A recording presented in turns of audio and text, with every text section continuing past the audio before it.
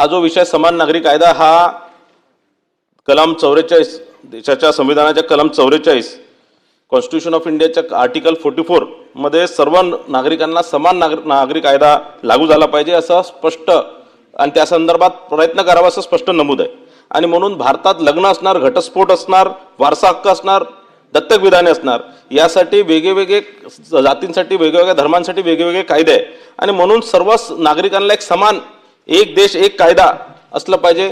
उत्तराखंडमध्ये नुकताच Uttarakhand uniform civil code act 2024 लागू करण्यात आलेला आहे आणि एक देशाचा एक चांगला एक नवीन आदर्श या माध्यमातून त्यांनी तयार केलेला महिला हक्काला मजबूत करण्यासाठी आणि समाजात समानता प्रस्थापित करण्यासाठी हा कायदा फार महत्त्वाचा आहे।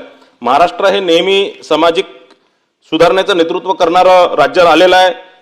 महात्मा फुले असतील, सावित्रीबाई फुले असणार किंवा डॉक्टर बाबासाहेब आंबेडकर असणार, यांच्या विचारांनी हा महाराष्ट्र नेहमी प्रेरित झालेला आहे।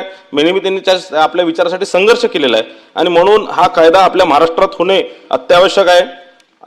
त्यात अनेक सुप्रीम कोर्टांचे अनेक जजमेंट सुद्धा त्यामध्ये हा कायदा लागू करण्यात यावं ही अशी विनंती। मोहम्मद अहमद खान वर्सेस शाहबानो बेगम हे असणार किंवा Sarla Mudgal versus union of India असणार किंवा अनेक याच्यात असणार। माझे यामध्ये स्पेसिफिक कारण याच्यात आता हा वगैरे विचारता येणार नाही प्रश्न नाही विचारत।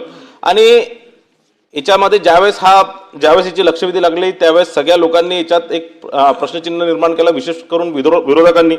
आणि मी त्यांना सांगतो की आम्ही धर्माला मानणारे, धर्मावर प्रेम करणारे आणि संविधानावर चालणारे लोक आहे। याच विनंती माझी आपल्याला विनंती आहे की या संदर्भात हा समान नागरी कायदा लवकरात लवकर राज्यात लागू झाला पाहिजे। याच्याकरता या सभागृहाच्या वतीने आपल्याला विनंती करतो की आपण याच्यावर पुढाकार घेऊन हा लागू करण्याच्या संदर्भात पुढच्या अधिवेशनामध्ये या संदर्भात आपण विनंती करावी ही आपल्याला विनंती करतो। निश्चित आहे हा विषय महत्त्वाचा आहे, परंतु सरकारला त्याच्यामध्ये सर्व डिपार्टमेंट मिळून विचार करायला लागेल।